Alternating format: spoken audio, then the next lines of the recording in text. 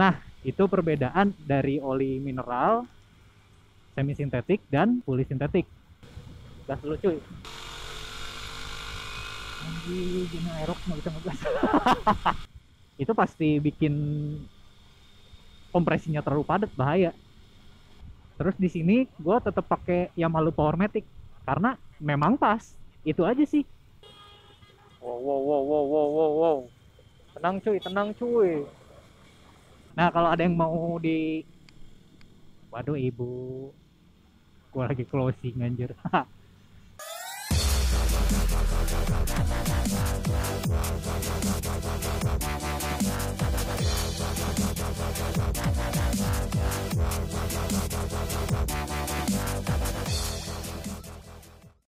What up fellas, balik lagi sama gue di jalanan kota Bandung. Anjay, hari ini gue agak sedikit ngenak badan anjir. Lambung gue bermasalah. Ya, hari ini gue perjalanan balik dan sore hari yang gloomy. Sebenarnya gloomy sih, yang tadi hujan cerah. Anjay, pakan hewan. Ya, setelah kemarin gue tanya-tanya, ternyata masih banyak juga tuh yang nggak aware sama oli kendaraannya. Jadi hari ini better gue bahas soal oli deh, biar nambah-nambah ilmu pengetahuan, dan kalau gue salah, seperti biasa gue mohon dikoreksi. Ya, kita mulai video hari ini dan check it out. Ya, kita mulai dari jenis olinya. Oli itu kebagi jadi tiga, ada yang mineral, ada yang semi sintetik, dan ada yang polisintetik. Nah, kalau oli-oli yang bawaan motor baru itu biasanya pakai oli mineral, karena oli mineral itu bentuknya nggak homogen. Jadi kayak kayak si bentuknya tuh nggak bulat-bulat sempurna gitu, jadi nggak saling ngelapisin komponen. Jadi ada yang bulat, ada yang lebih pipih, ada yang lebih kecil, ada yang lebih gede gitu kalau dilihat pakai mikroskop. Nah, kalau semi sintetik dia sudah mulai lebih baik dari mineral, tapi masih ada sedikit imperfection. Kalau yang fully sintetik, molekulnya itu benar-benar stabil, semua bulatnya rata dan pasti bakalan melapisi dengan sempurna. Nah, itu perbedaan dari oli mineral, semi sintetik, dan fully sintetik. Jadi mereka beda di bentuk molekulnya sih. Nah, oli itu kebagi jadi dua kategori anjir.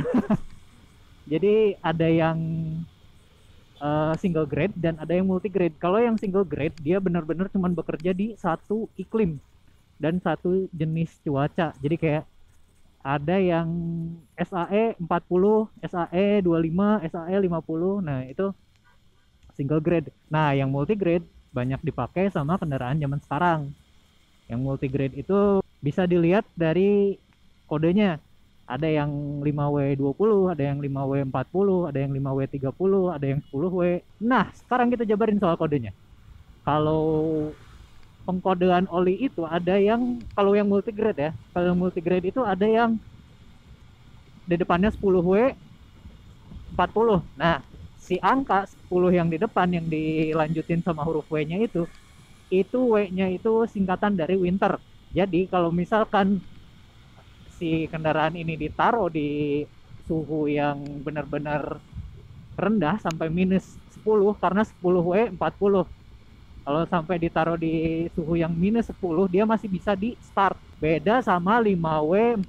5W40 artinya dia cuma bisa bertahan sampai minus 5 derajat Celcius. Jadi setelah 10 derajat Celcius olinya akan membeku gitu cuy. Gas dulu cuy. Nah, pengkodean selanjutnya adalah ada angka yang di belakangnya itu. Nah, angka yang di belakangnya itu kadang-kadang kan kita baca nih ada oli yang 5W20, ada yang 15W20, ada yang 10W20. Nah, jadi untuk angka belakang itu adalah viskositas olinya atau tingkat kekentalan olinya. Kayak ada tuh kalau misalkan pelajaran fisika tuh ada tuh kan fluida. Nah, si angka yang di belakang itu sebetulnya menunjukkan viskositas oli tersebut. Jadi kalau misalkan teman-teman gini aerox nggak bisa ngegas. Jadi kalau misalkan teman-teman oli bawaan motornya 10W20, ya kalian sebetulnya masih bisa ganti ke 15W20. Angka yang berakhiran huruf W itu sebetulnya cuma nunjukin titik beku olinya, bukan viskositas olinya. Kalau misalkan kita mau ngambil 15W20 sama 5W20, kalau misalkan rekomendasi pabrikannya di 5W20, sebetulnya pakai 15W20 nggak akan terlalu beresiko buat motor. Paling kalau pagi-pagi jadi susah di starter karena olinya jadi lebih beku. Yang jangan dilakukan itu adalah kita pakai oli yang viskositasnya lebih encer dari rekomendasinya. Kenapa motor-motor balap pakai oli yang viskositasnya kecil? Karena motor balap itu dibikinnya bener-bener presisi cuy. Jadi kayak misalkan gap antara piston, gap antara boring gitu tuh bener-bener kayak nggak ada celah gitu. Jadi kayak misalkan kita pakai oli yang agak kental, itu pasti bikin kompresinya terlalu padat, bahaya.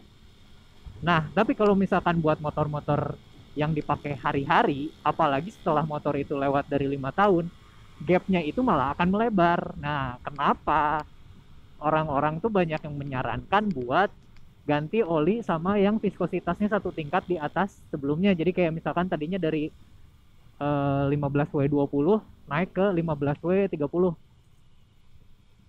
Karena kalau misalkan kita malah encerin, itu mesin pasti emang sih kerasanya enteng, cuma ya kebayang gak lu, gapnya udah gede terus dalamnya encer.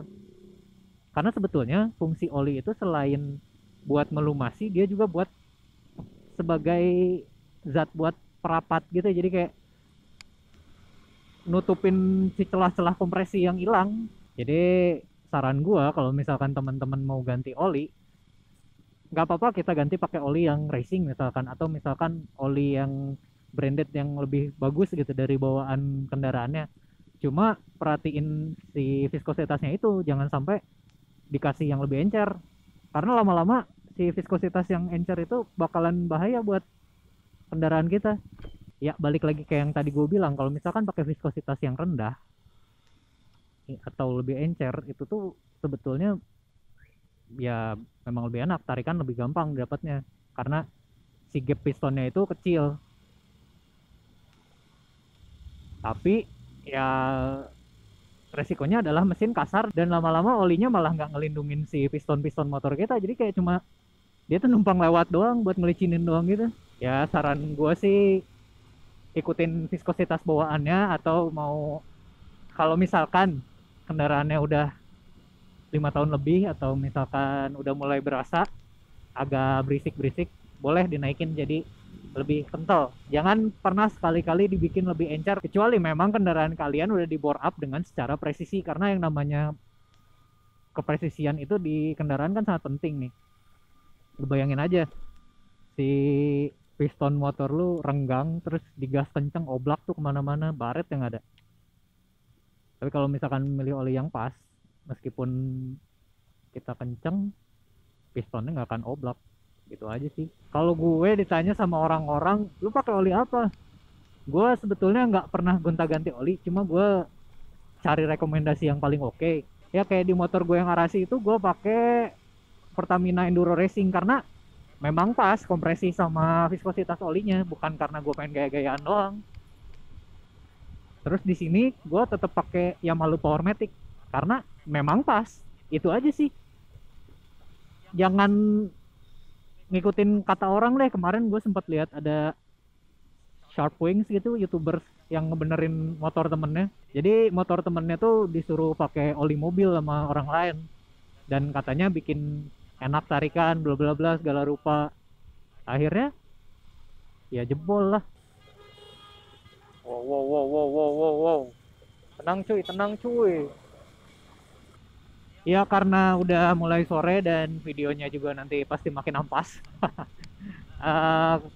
Sekian pembahasan tentang oli dari gua. Nanti kedepannya kalau ada ilmu lagi gua coba share lagi sama teman-teman. Nah kalau ada yang mau di, waduh ibu, gua lagi closing anjir. Nah kalau misalkan ada yang mau ditanyain bisa tulis saya di kolom komentar, atau misalkan mau follow Instagram gua dan DM juga boleh di @autorevzone. Terima kasih sudah menyaksikan video gue sampai selesai. Semoga video gue bisa bermanfaat dan informatif buat teman-teman. Dan see you on my next video. Bye-bye.